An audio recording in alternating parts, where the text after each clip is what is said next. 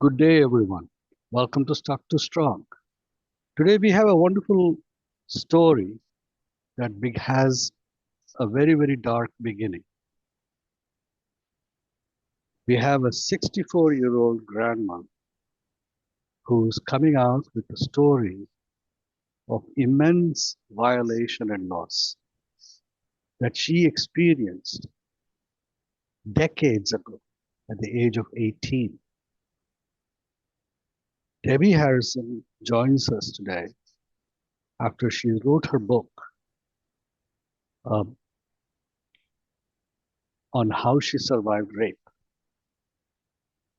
how she woke up one night to a stranger in her bedroom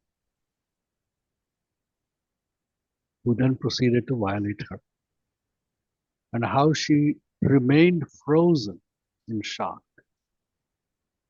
long after her assailant left, rigid, staring into the darkness,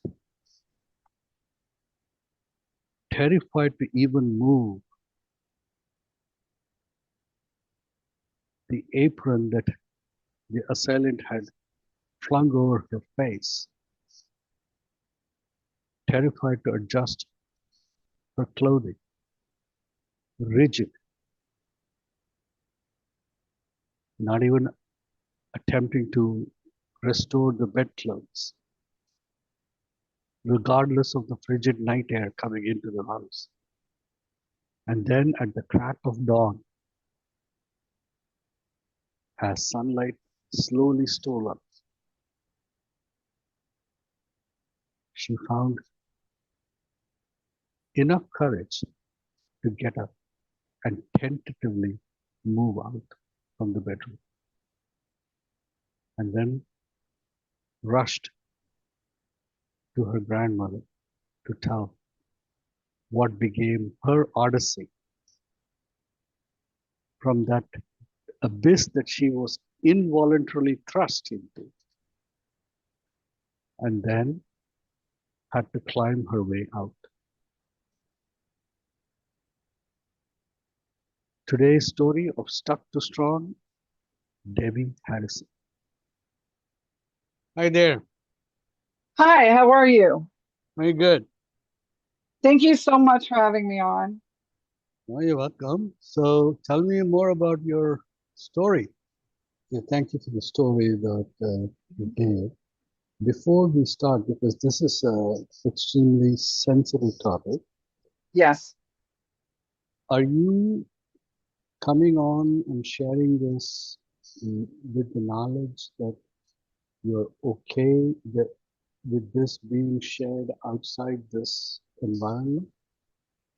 yes, because I feel like No, no, no. Just, if, just, just answer yes, and then yes, we can go to the details here because mhm, I'm going to have to edit this, and I will edit it back to make it coherent. But the second question I have is, you don't need to give me the reason why you want to share it. You're okay with this being shared to the world. yes, Do you have any restrictions at any time that you do not want to share, or even if you were to come up upon those restrictions later, um, you are okay to tell me that, you know what, I want to talk about something that I don't want public, and I would stop the recording and restart it so that it becomes a new segment, and then we can move forward. But I would have to trust you to tell me that.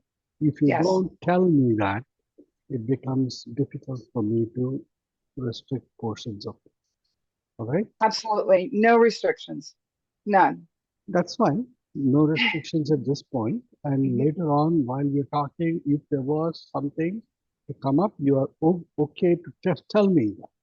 And yes, I will say, okay, stop. I'll pause the recording and either not record that segment or record it as a separate as per your discretion. All right? yes, yes, Now,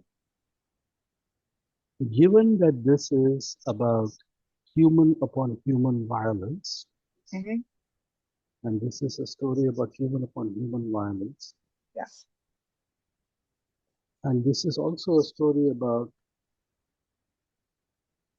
something personal that occurred to you. Mhm. You are aware that sharing details of this could be very uncomfortable, not only to you, but also to people who are listening to it. Yes. You're aware of that. Yes. And a lot of stuff could come up as we talk about it. Yes. Okay. It And has. yeah, I'm assuming that you have or are seeking counseling regarding this. Yes, I have. I am. Let me just say yes, I am now. At the time, I did not find a Okay. lot of resources, and that's one of the reasons that I want to put this out there and that I wrote my book. And on my website, there's a list of free resources because at the time it happened to me, there were not a lot of resources available. Okay. And when you, um, I'm trying to set the framework for this. Um, why, what drives you to bring the story out?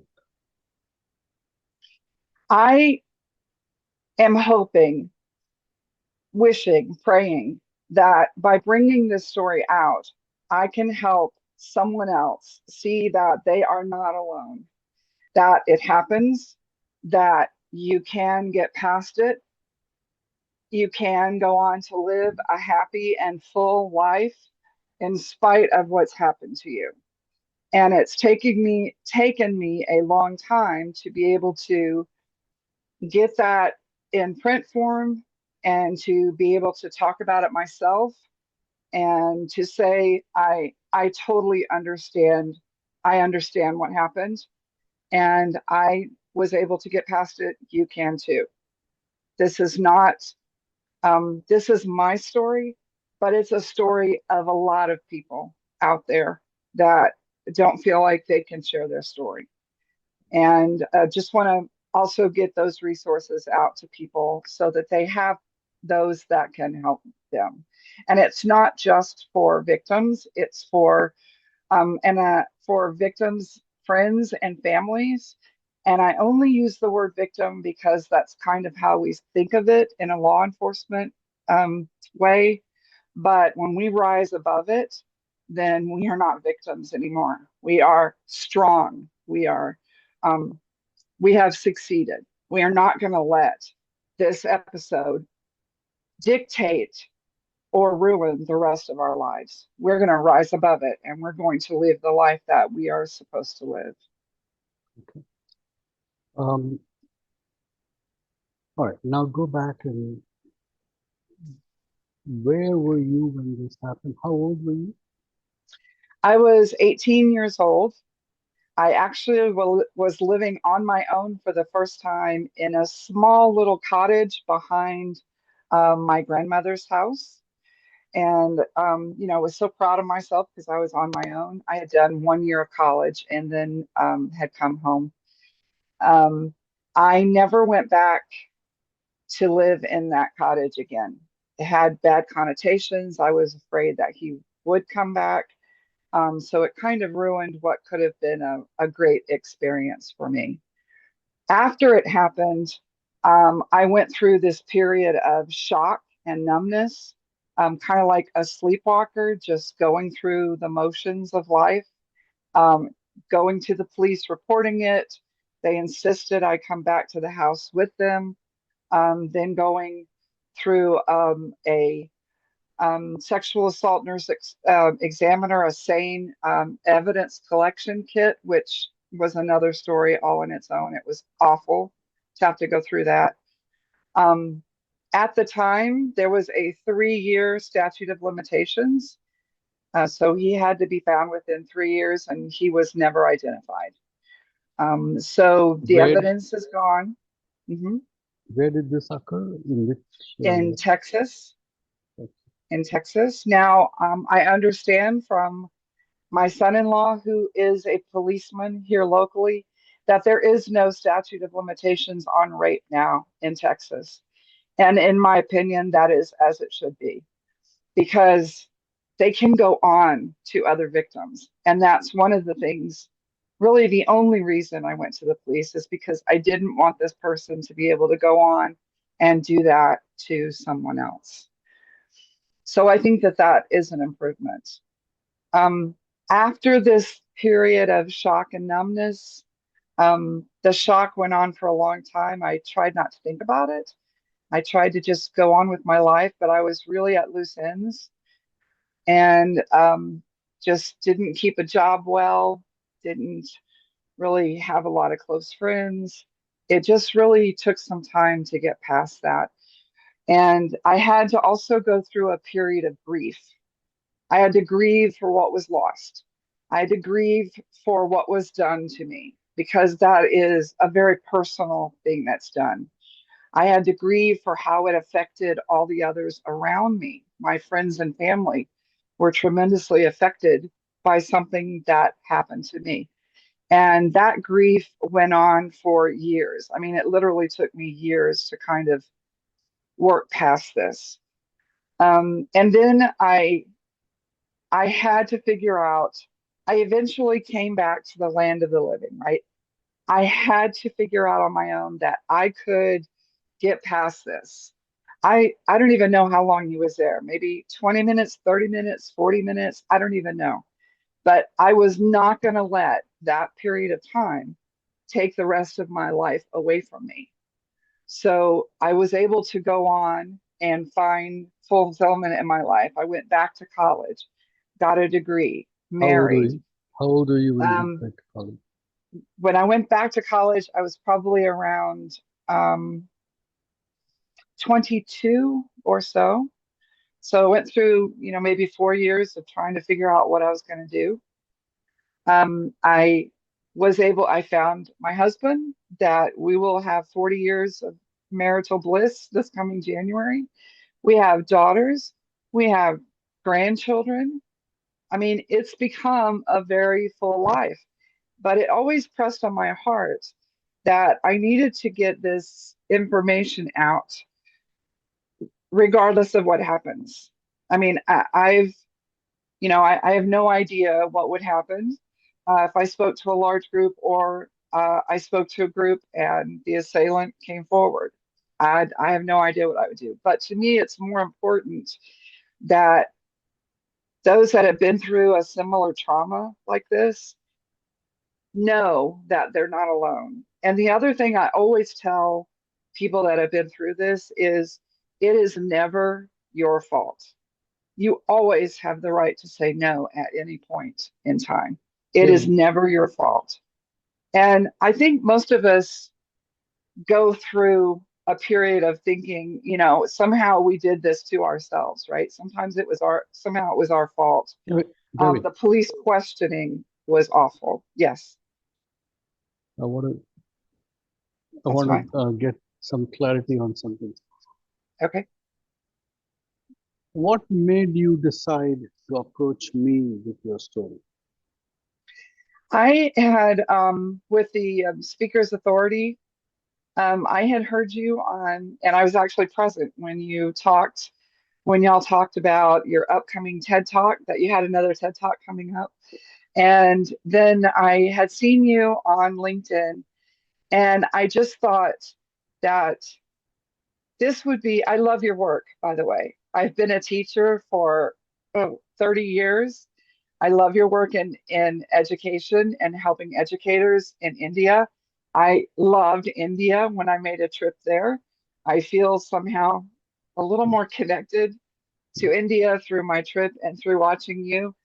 And I feel like that you are one of the people that can hear the story and say, yes, this is a story that needs to get out there. or no, this is a story that I don't think should be out there. And it just gives me the opportunity to tell it one more time and to see if you think that it was worth putting out there to people. Because I've heard a lot of your speeches, and I feel like you have this, I feel like you have a strong heart for education, but more than that, for people across different countries, and that you understand how people can go through trauma. Trauma is a universal experience. Everyone has Yes. it. And so, in that sense, there's a common ground Yes. for everyone to find in trauma. But trauma is trauma has to serve a purpose. It has to serve the Yes. purpose of elevating somebody. It Yes. cannot serve the purpose of trauma that serves the purpose only to imprison you further in trauma Right.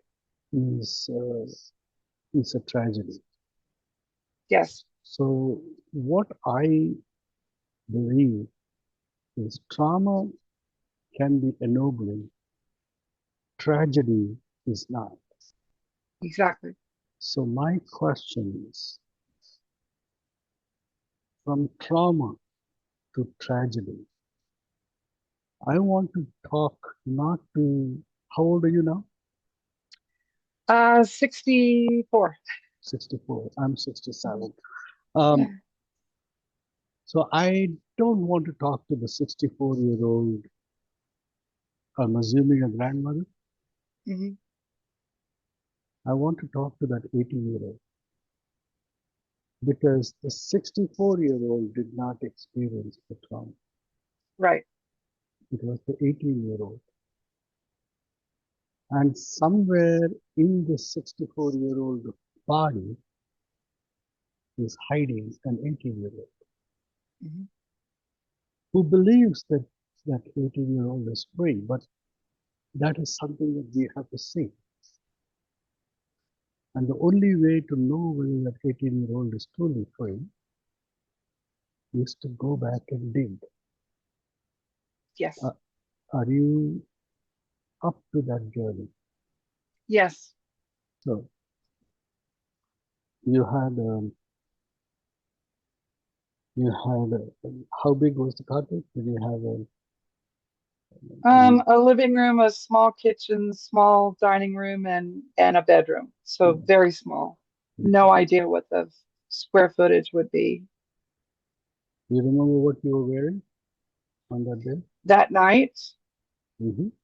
that night, yes, I was wearing a nightgown, and it was kind of a shorty nightgown, Okay.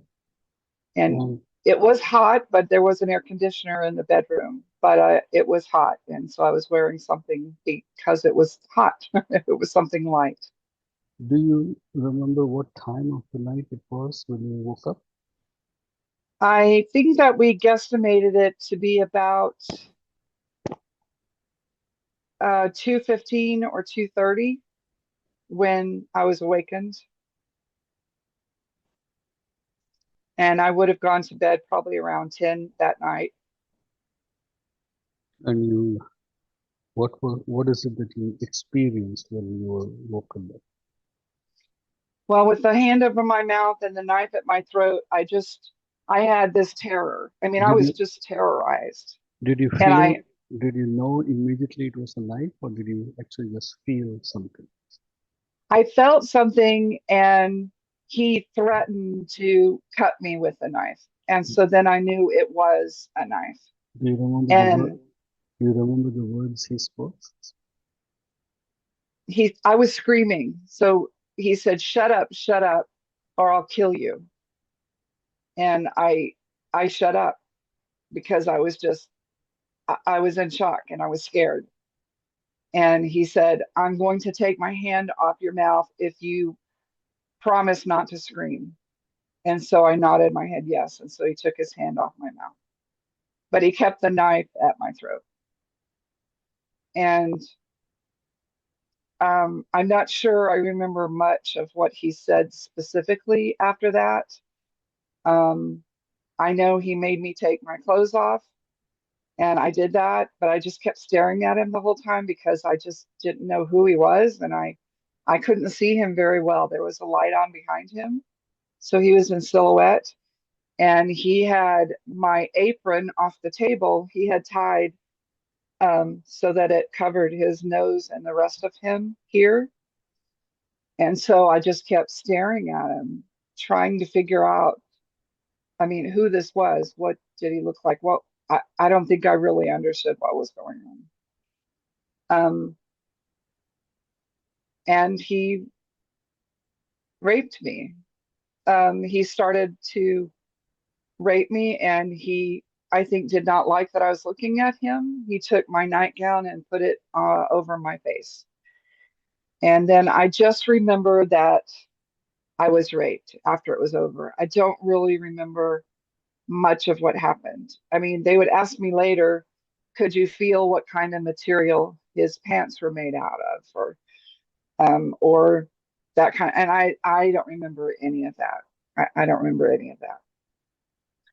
And I remember him asking, I remember the way he said things, he ended with a question, and it made me think somehow he was nervous, like this might be his first time. You know, he said, "You're not going to call the police, are you? You know I can come back and kill you, don't you?" It's like he would end everything with a question. Um, didn't really understand that. I just remember that that happened. And then it was over. But I didn't know if he was still there or not because I never heard him leave. So at some point, I took the chance and took the nightgown off my face and looked around, and I really couldn't from my bedroom see very much. And I was afraid to get up. And so I stayed in bed for another 3 hours, just looking to my left at the bedroom door. That was the only thing I could see. And after about 3 hours, it was starting to become light outside. And I just thought, I have to get out of here before he comes back. I was just convinced that he was going to come back and kill me. And so I had some sort of, self-survival. I don't want to die. I don't want to be killed, even though this happened to me. Um, so that's when I just got dressed in whatever, I don't even know, jeans and t-shirt, whatever, and grabbed my keys. And I realized that he had just left the front door open. He had gone, we found out later, he had gone out the front door and just left it standing open. Um, so I went to my other grandmother's house. She was actually a younger, and I felt closer to her. And as soon as I walked in, they knew something was wrong. And my grandfather offered me coffee when I don't drink coffee. And then he knew to leave the room. And I talked to my grandmother and just cried and poured out to her, what had happened. And she convinced me to that I had to tell my parents, and that I needed to go to the police. That I'm sorry, that I needed to go talk to someone else, like maybe the preacher at our where we went to church. So I think the most horrible thing, I think the most horrible thing of this whole situation is having to go and wake up my mother and tell her what had happened, and that I was going, that I needed to go to see the preacher, and she said that she would take me, so I didn't have to drive or anything. She said she would take me. Um,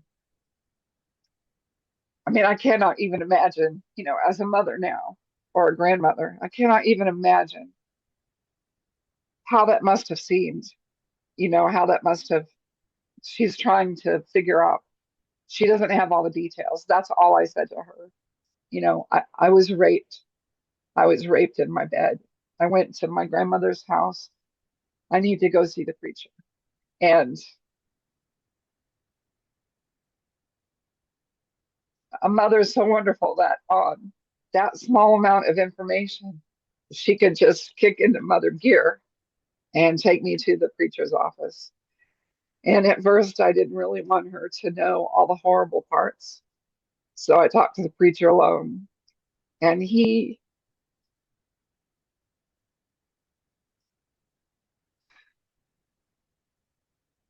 convinced me to report it to the police so that this would not happen to anyone else by, this assailant. But I have to tell you that the questions they ask you at that time make you feel like it's your fault. Have you recently turned anyone down for a date? Have you had a horrible breakup with someone? Have you been sunbathing, you know, in a bikini or something? I mean, questions that were all no's to me. I I don't sunbathe. I had not broken up with anyone. Just questions that make you feel like it's your fault. And I know that's not their intent. They're trying to find leads, but it feels like that sometimes. And then they told me I had to go back to the house, to the cottage. And I had brought my mother in while the police officer was there and the preacher was there. And my mother said, I'll take you. She doesn't have to go. I'll take you. And the police said, no, she has to go. She has to go and she has to help us put together location and facts and things. So the next strange and horrible part for me was when we went back to the cottage. It's broad daylight. My mother's with me. The police are there. By now, my grandmother knows it's her cottage. By now, she knows what's going on, just a few facts. And I actually could not go into the cottage. I was just that afraid. And so the policeman said, okay, that's all right. And my mom, who helped me furnish it, said, I'll go in and see what's missing, if anything's missing. And then I was alone outside. And then I was so afraid to be alone outside in broad daylight that I went into the cottage. And then I was so afraid to be in the cottage, I went back outside. And I did that like, I don't know, 3 or 4 times. And I thought, you know, I I don't think I even really thought about it. I was kind of shocked and numb, but at the same time, that fear was strong. And that took some time to get over. And what they found out is he had gone in the kitchen and gotten a large butcher knife out of my kitchen, and he had gotten the apron off my table where I had folded laundry. And they actually later found those two items in a trash can, like a block away.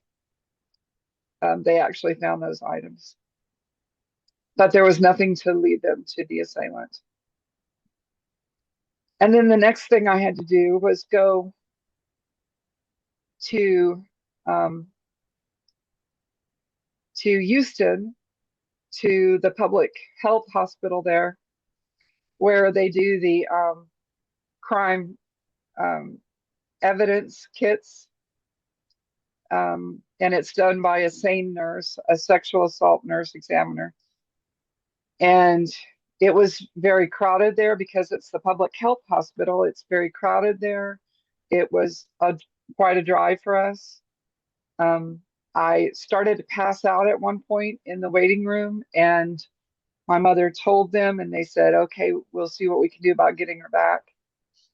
And then it happened a second time. And I think what none of us realized is that I hadn't had a lot of sleep.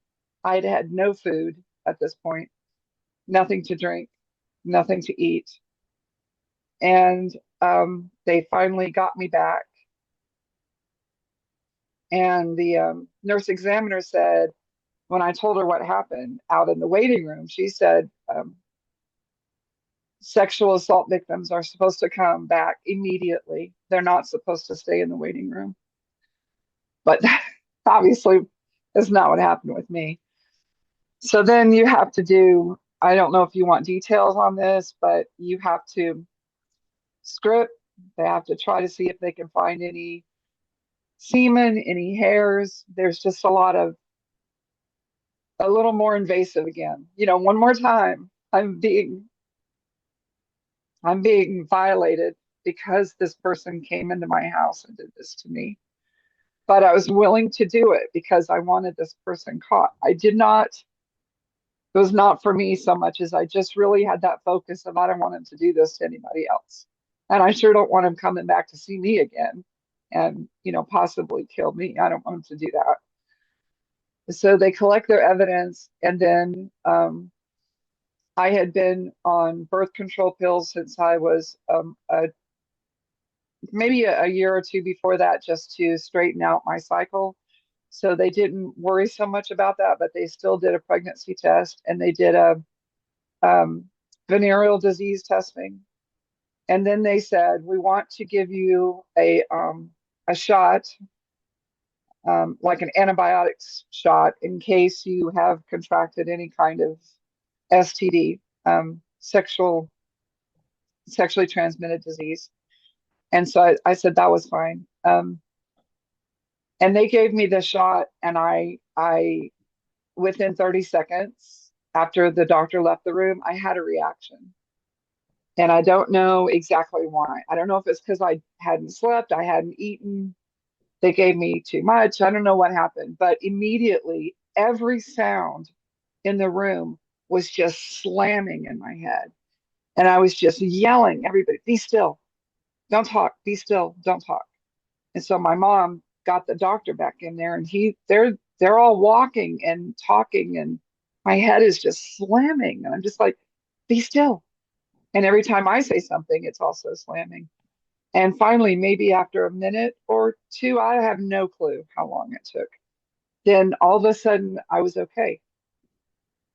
And I could tell them what I was feeling and hearing in my head, and why I was telling them, don't walk, don't talk, sorry. Um, and I don't know if they ever noted that or if they ever came up with an explanation for that. At this point, I was just exhausted. I just wanted to go home to my mom's house. I didn't want to go where I was. I wanted to go to my mom's house. And so that was another, there were just so many strange parts of this. Not sure. So I did go home. My mom did take me back home to my parents' house. And the next strange thing that happened was that night, I actually could not, I was 18. I actually could not even sleep in, it was like I couldn't be at the house by myself.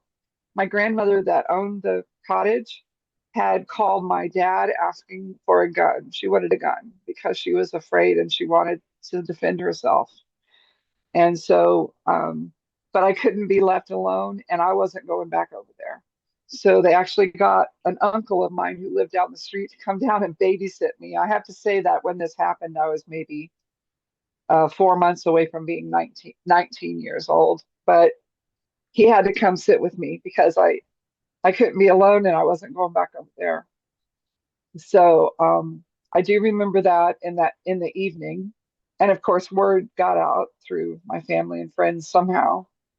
And then my brother, who lived at, my two brothers still lived at home. One of my brothers, we always played this game when we were scared each other. We'd jump out the hallway, right, and scare each other. It was just a game. And he did that to me. And I just fell apart. I mean, I just started crying. I hit the floor, and he felt horrible because this had been our game, and it wasn't funny anymore. And I felt really bad for him too. He was probably 2 years younger than me, and here, you know, everyone's world around me was changed because of this also. I'm sorry, I'm so choked up about this. No, go ahead. This is something I had to go through too when I wrote the book. is, you have to go through it again. You actually live it again. And I ended up sleeping in the middle of my parents' bed between my parents that night because that was all I could do. And I remember at some point I was able to go to sleep. And at some point I woke up and I came straight up out of bed. And my father had put his arm over me in a protective gesture and had touched my face. And I immediately came up and looked because I wanted to see who it was. And then, of course, he felt horrible too. And to this day, if you touch me anywhere in this area, my heart rate will shoot up, my blood pressure will shoot up. I had an internal medicine doctor wanted to feel my lymph nodes, I guess, and he just started pressing all over my neck and didn't tell me what he was going to do, and just boom, a physical reaction that I feel like I have no control over. It still happens to this day. I am going to I've gone to this psychiatrist, a new psychiatrist, and I've had like 3 visits with her, and she feels like that she can help me rise above the physical symptoms that I am not have not even associated with the trauma until this last year when I wrote the book and started, and she was recommended to me. And I realized with my own research through trauma and how our body, how we have figured out in the last few years, how our body actually is storing trauma or, not overcoming. We get these physical symptoms that we don't even know are associated with these emotional and other type trauma incidents.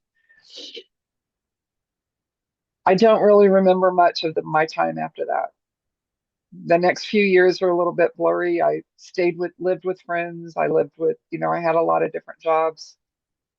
I actually, during this time, when I turned 21, I actually became a police officer, which is kind of an interesting thing. And it was at the department that had originally taken the report.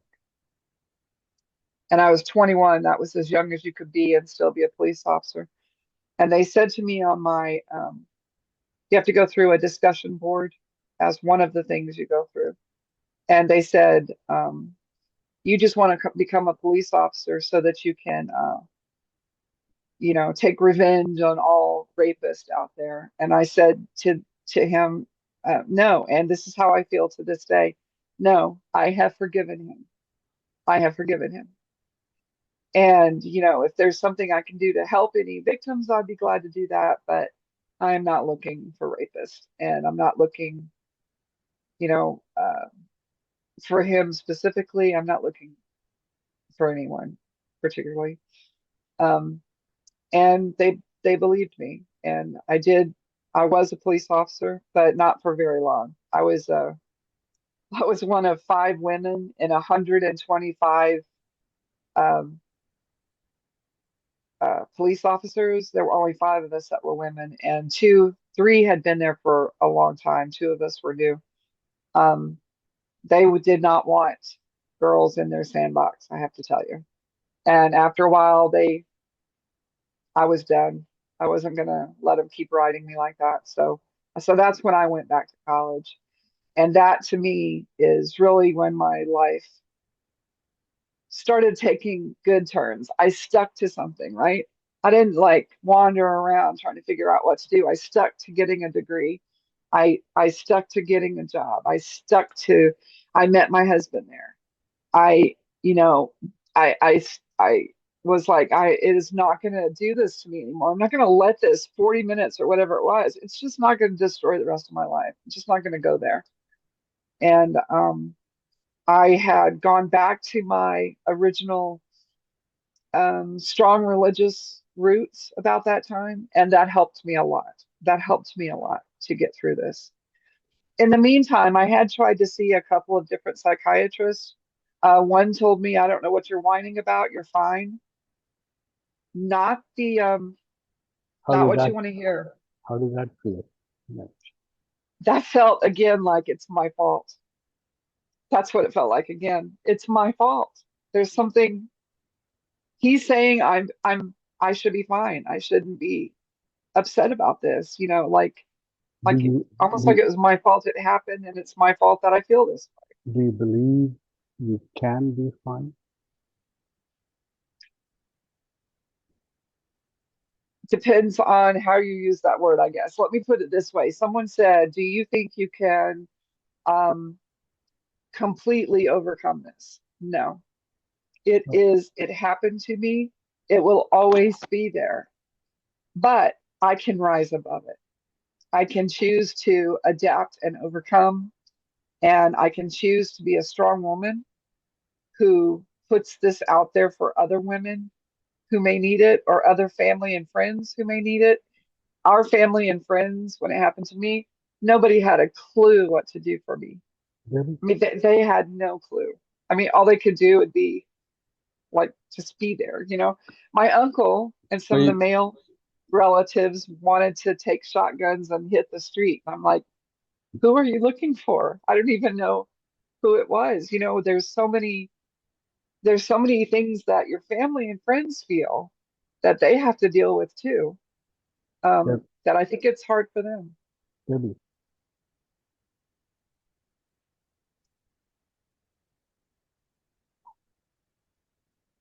do you do you ever play imaginary games? Do I? You don't. No, Why? I don't think so. Um, I guess because I'm afraid I will go back there. When they did the So investing, my question uh-huh, is, let's stay with this. okay.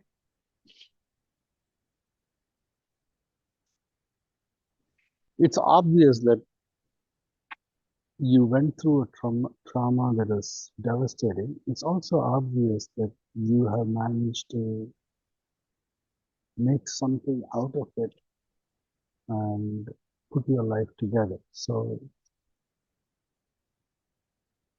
it is, I'm not at all discounting that at all. Mm. But like a, a very expensive fine piece of china that's broken, you can see the cracks and you can see the glue holding it together. Mm. And it is the cracks and the glue now that give the china validity and existence. If somebody were to come and say, can you imagine this wonderful plate without any cracks and glue, you might even get upset about that because it takes away something that is such a big part of your life. I see it a little different.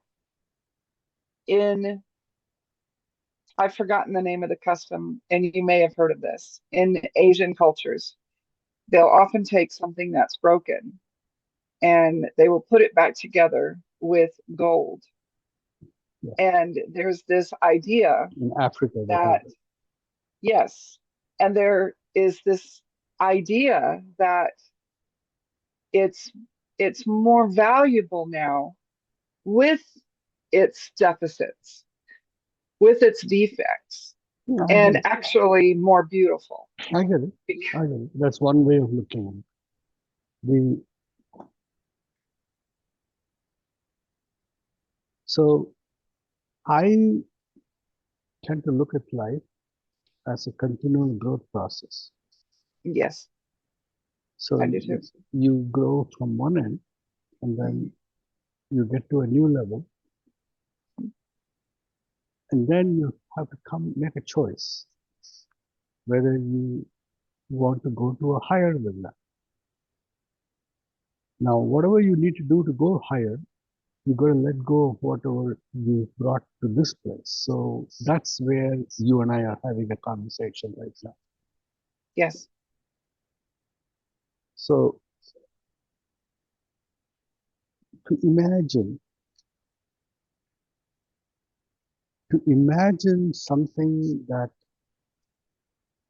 is defies imagination requires you to be willing to take something that was very real and happened Mhm. and temporarily wipe it out of existence and look Mhm. at the possibility of what would have been if Yes, that never happened. yes. That actually, I had written a rough draft of this book, I would say maybe 30 years ago. And it was so cathartic to me that I just put it away. I didn't need it. And then a year or so ago, I felt like um, in the Bible, it talks about giving comfort to others from the comfort you've received from God. And I thought, if I could turn this event around and make it, use it for good, then that's what I want to do. Okay. And I remember thinking when I wrote the book this time, when I took my draft and rewrote it, was actually the first time that I thought to myself, I was only 18 years old. 18. I mean, this is the first time it occurred to me, looking back now as a mother and a grandmother. I was 18. I mean, that changed my entire life. I mean, it really did, in my opinion, because I thought at 18, I think there are so many decisions and processes you are going through to determine who you are and who you will become, right? And how you're going to get there. And I had taken a break from college and was trying to decide just what I wanted to do, really. And so I did when I rewrote the book, I did think this time that's kind of a seminal moment in someone's life for this to happen. And what, how would it have been different? How would I have been different? What would have happened if that event hadn't occurred to me? I didn't spend a lot of time on that though, because in my mind, I think of it as more practical. It did happen, and this is where I am. And people have asked me, if you could, would you go back and undo that, not let that event happen? And I have to say, my answer is no, because I like who I am. I like where I am. And I like that I am stronger for that and other things that have happened in my life. And I really think at this point, I wouldn't go back and undo it because of who I am now. Now that's So, hindsight 2020. It's hard to say that when it so happens to you.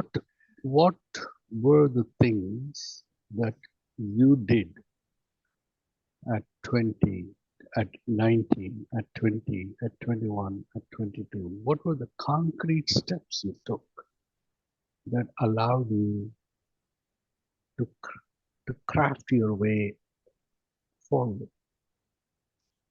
Because I that, don't recall. because the world out there, Mhm. there is no shortage of people for whom tragedy has occurred. Right. You know, you and I could take a trip down through old Jerusalem on the Gaza Strip, and I can Mhm. promise you we will have hundreds of thousands of Debby Harrisons out there. Yes. So my question is, if you are planning to give something to the world, that hold a light up for the world to see through the darkness out, then you're going to have to hold the light up to what you did in the hope that it'll contain lessons for somebody else to find. So, what are those lessons? Well, I didn't realize until I'm not sure that at 19 and 20 I did much of anything to help get past this. What I did do at 21 is it introduced me to this possibility of the police department. And when I saw that they were hiring, I thought, maybe this is something that I could do. Maybe I could be a help to someone else and learn how to be stronger. But I didn't realize until I did research later that I was actually going through these four stages that Bowlby and Parks had talked about, where you have this shock and numbness. You have to kind of go through these stages, and then there was, this yearning and searching phase. And I think that's kind of what you're talking about is how are you going to, what are you going to do? How are you going to get past this? There's this whole disorganization and disrepair, and then you're able to kind of put all the pieces together. Now, I think I know that these are the stages I went through, but kind of looking back, not at the time. I didn't understand at the time what was going on. And I am not going to say that this is something that these are the exact stages that everyone goes through. But I do think there are some stages that people go through, and you see the signs and symptoms. And in Yep, my case, looking back, absolutely. Absolutely. There are stages, and yes. you don't have to say that these are the stages that everyone has to go through. I'm not asking you for that. I'm asking you to describe your stages Hmm. and then leave it to the world to find their stages in your stages. If they don't find their stages in your stages, then that's fine. Right, Some of them will find it, some of them won't. right. So I kind of had that first stage that I mentioned before about shock and numbness. I just kind of like, I was just kind of sleepwalking through my life. I had no purpose, didn't really care about anything particularly. I think partly because I had never been face to face with evil, with something bad. I kind of had a golden childhood, a golden family where bad things didn't happen. And then this happened at night. So then I was afraid at night. Still to this day, I have trouble sleeping sometimes because it's night and I associate bad things with night. And I just had this whole, I didn't want to talk about it. I was very disconnected from it during that stage. I didn't want to talk to anybody about it. I would just tell them this happened if they asked me, and I wasn't given details. I didn't want to go through it. I didn't want to think about it. I just wanted to figure out, where I was going to go from there. And then there was this whole yearning and searching part, which I think part of that was this big thing of, is it my fault? Did I, was this somehow my fault? And what am I going to do to not let it happen again? Like if it could happen once, it could happen again. And I know it didn't happen to anybody else I knew, but you know, I guess it could happen again. And just changing relationships. The boyfriend I had at the time, I immediately broke it off with him. He was a sweetheart. He had nothing to do with this, but I changed friends that I was hanging out with. I changed jobs, which I already mentioned. I just was so, I was just so lost. I didn't want to, it's like I had to break with the life I had when that happened. And I'm not sure why exactly, except that there was this association there. And I had to dissociate from it, I guess. And then I started getting a little bit more, okay, this happened. It hurt, my grief, going through my grief. I think I had to like get on with my life. Some people actually say it didn't happen. They'll just suspend belief. I don't think I ever went there. I just didn't want to think about it. I didn't want to talk about it. I just wanted to figure out what I was going to do. And that's when I joined the police department. And I think that's when I started. That's not an easy task. You go through a lot of testing before you're asked to be a police officer, and then through training and the job. I really enjoyed that job, by the way. Apart from the, sexual harassment and those that didn't want women to be a police officer, I really enjoyed the job and I thought I was good at it at the time. And so it was kind of like I had to I had to decide that my life was worth living and that I could be happy again. I just had to decide where to go from there. And so then when I decided that I just didn't want to take the harassment anymore at the job, that's when all I could come up with was, let me just go back to college, and see what happens. Because in our family, we were all encouraged to go to college. And I have to tell you, this was a When you weird get phone call too.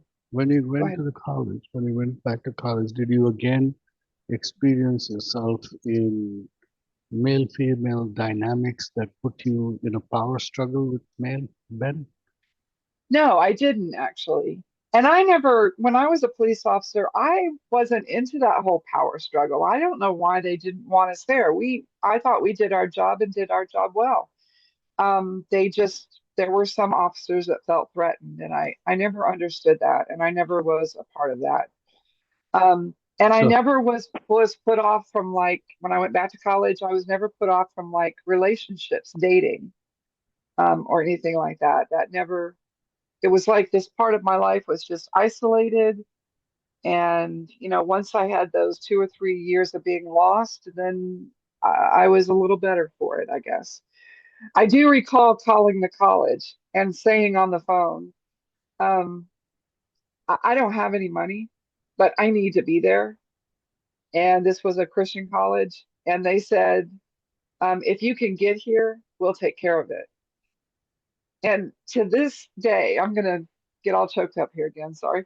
To this day, I think that whoever I was on the phone with heard something in my voice, because although I believe I would never commit suicide, I do recall before making that phone call thinking, I have a lot of guns here. And, I could write this letter about how awful they were to me, and maybe I could send it to the newspaper. And I never really thought to myself, I'm going to kill myself. But I do remember on some outside part of my mind thinking, I don't need to be here anymore. I need to get out of this. And I think whoever that was on the phone, I still to this day don't know who it was, understood that. And I tell you, that was like on a Thursday afternoon or a Friday morning. And I was at the college Monday morning when they opened. And he took a look at me and he said, let's get you a dorm room. And then I think I slept for 2 or 3 days before they kind of just got me enrolled. I was pre-med before, so they just put me in pre-med, put me in some classes, and I went from there.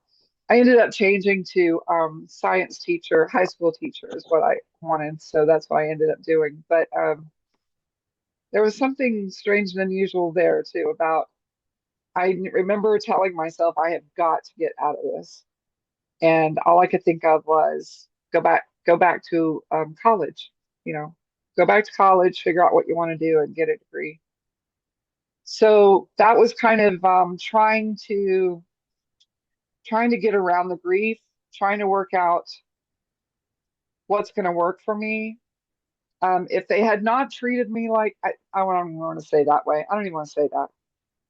If I had not run into this sexual harassment at the police department, I think I would still be a police officer because I really did enjoy the job and I thought I was doing something useful. Um, but I think I was also able to go on and find something that fit my life as a teacher. And you can't be around me 5 minutes, so I'm trying to teach you some science fact. And thankfully, also found my husband at that city. And so I think there was, the police department taught me a lot and I enjoyed it. And it helped me get on to the next phase, I think, in my life. And for that, it was very valuable. so And after college, you moved into teaching. yes, I became a teacher, biology, life science, earth science, English. And I taught for my husband was in the Air Force. So we moved around a lot. And so sometimes I would teach at a school. After we had children, I homeschooled our children. So I taught them at home. And I did go on to teach at some community colleges and one trade school I taught. I became a paramedic. as a volunteer thing. And I was able to also teach some medical assistants and some EMTs during that time. Um, what is the message that you would like to give to someone who's struggling with this? So, really, I have 2 points in my message. The first one I want them to know is that you are not alone. Okay, you are not alone. It feels that way. I didn't have resources to go to. It had never happened to anybody I knew. No one in my family, friends. I mean, it's not it's not like someone could come up to me and say, "I understand what you're going through." Because in my head, I'm like, "No, you don't. There is no way." But I want people to know that you are not alone. There are others out there that, would be willing to help you. I am willing to help whatever people need. And I have resources listed, and they do include resources for suicide because I know that this leads to suicide. And suicide is a huge problem in our culture. I mean, it used to be a thing just for teens, and then it was for older people who had outlived so many of their friends and family. It's kind of across the board now. And you just see it almost daily. You see that someone's taken their life. And so a lot of the resources, not a lot, but some of the resources are for that also. The second message I want them to know is that it is not your fault. Okay. It is never your fault. You may feel like it. You may think that sometimes someone might insinuate that to you, but it is never your fault. And I have to tell you that through my own studies, I don't believe that sexual assault is a crime of sex, if I can say that. It is a crime of power. Yes. It is, I am going to have control of you. You are going to do what I said, or I'm going to kill you, but I'm going to have control. I mean, unfortunately, in our society, you can go get sex anywhere. This is a crime of power and control. And so that is really, kind of main points there. You are not alone. You can overcome it. If I can do it, you can do it. And there are a lot of other people that have overcome it. And it is never your fault. Never your fault. You can always say no at any point. So those are the two main things that I want to get across to people. And in the book, I went into more detail on the 4 stages and some Do of you the have the symptoms. Do you have your book with you? I do. This is Triumph Over Terror, One Woman's Triumph, Journey through Rape. Triumph It's on over Terror. Amazon. Uh-huh. Do you have a link One that you can give woman's me? I can. So, one of the difficult things, Debbie, about trauma, and especially catastrophic trauma, Mhm. is that it is real. Mhm. And when you try to help people transcend what really happened to them, it is extremely difficult for them to give up what is real and to expect and to actually craft something different out of it. Mhm. Because it is not just the trauma that they have to give up. They have to give up so many opinions that they have about so many things in their lives. We all have these stories, these ideas that good things happen to good people, bad things happen to bad people. Yes. And if good things, and you need to be good to have good things happen. And if bad things happen to you, then you must be bad.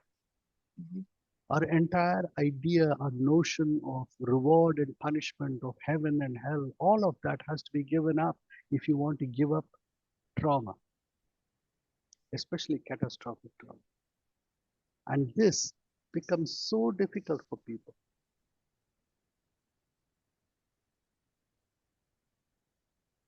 But the truth of the matter is, life doesn't have any reasons why it happens. And most people don't understand life as if life is just like gravity. You see, you have a grandchild. How old is she? Oh, I have several grandchildren. What's the The young, oldest one is what's the youngest one? two, 2 year old. You have a mhm, 2 year old daughter or son? daughter, granddaughter. Granddaughter. 2 year old Mhm. granddaughter. Lovely baby. If she Yes. falls, Hmm. do you think that gravity is going to say, oh, this this beautiful 2 year old grandchild, this beautiful little girl, her soft bottom is going to get hurt, so I'm going to stop working. Right. No, It ain't going to happen. no, exactly. Gravity is going to be supremely unconcerned with the fate of your 2 year old granddaughter's bottom as it is Hmm. of your bottom. Hmm. All right. And it will be perfectly even in its application. Yes. That's life. It has no reason. It is automatic. And I'm going to tell you a little story that my grandfather once taught me when I was young.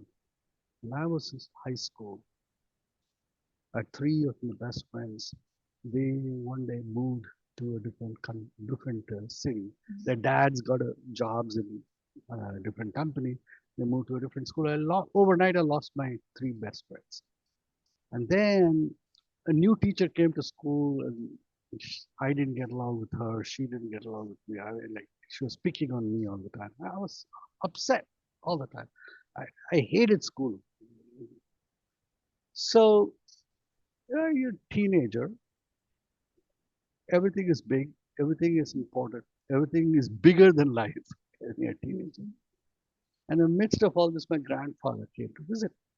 So we had dinner, and after dinner, I was very close to my grandfather. I was his favorite grandson. He was my favorite grandpa. And so after dinner, he said, Ravi, I'm going to go for a walk. You want to come with me? So both of us started walking. And a little distance, he says, what's wrong with you? You've been so quiet. Something's bothering you? So, no, no, nothing. No, no, no, no.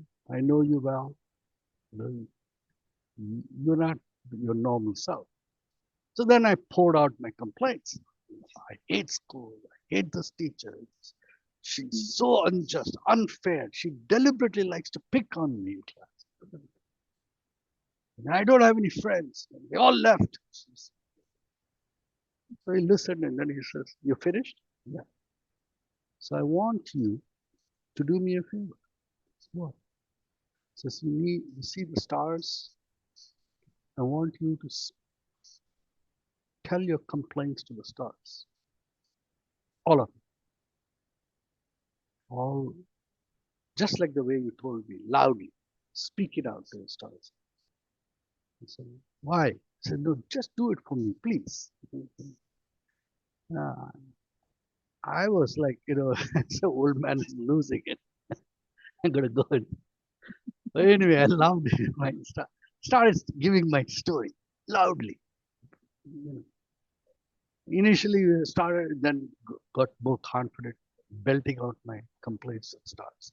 So when I finished, he says, now what? You know, he says, I want you to look at the stars very carefully and tell me what they're doing with your problems. Tell me what they're doing with your complaints. And I exploded. He says, what do you mean? They're not going to do anything. He says, stars don't care. The universe, no one cares about what happens to me. I'm all alone. So he said, do you see the indifference that the universe has to your problems? And I looked at him shocked.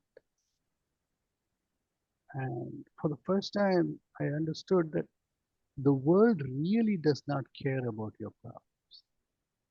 And what was more, the way my grandfather said it, it was like, yeah, it is okay that the world does not care. This I am, these problems are my problems, my creation, got nothing to do with the rest of the world. And then my grandfather says, Ravi, when the sun shines and when the rain falls, the sun is not shining to make the flowers bloom or the fruit ripen, and it is not shining to make famine and starvation.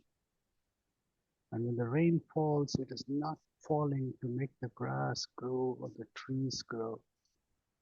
And it is not falling to cause floods, death, and devastation. All that the sun is doing is shining. All that the rain is doing is falling. It is we who make a story out of it. When it is you who make the story, how long do you want to live making miserable stories? Exactly. Not as long as I did. Too many years wasted. You had a wise grandfather. But that is the essence. Mhm. We all get trapped in the stories of our life, created Mhm. out of the implacable rigidity of the physical universe. Bad things happen to good people. Good things happen to bad people, and there is no meaning behind it. All that matters is what did you do with whatever happened to you, and Exactly. did you create an opening of possibility in anybody else's life, including your own, out of that? Mhm. And how much more possibility are you going to create with the time that is left with you out of whatever happened and is happening in your life? Exactly. Exactly. Go create it. Thank you. Good night. Good night.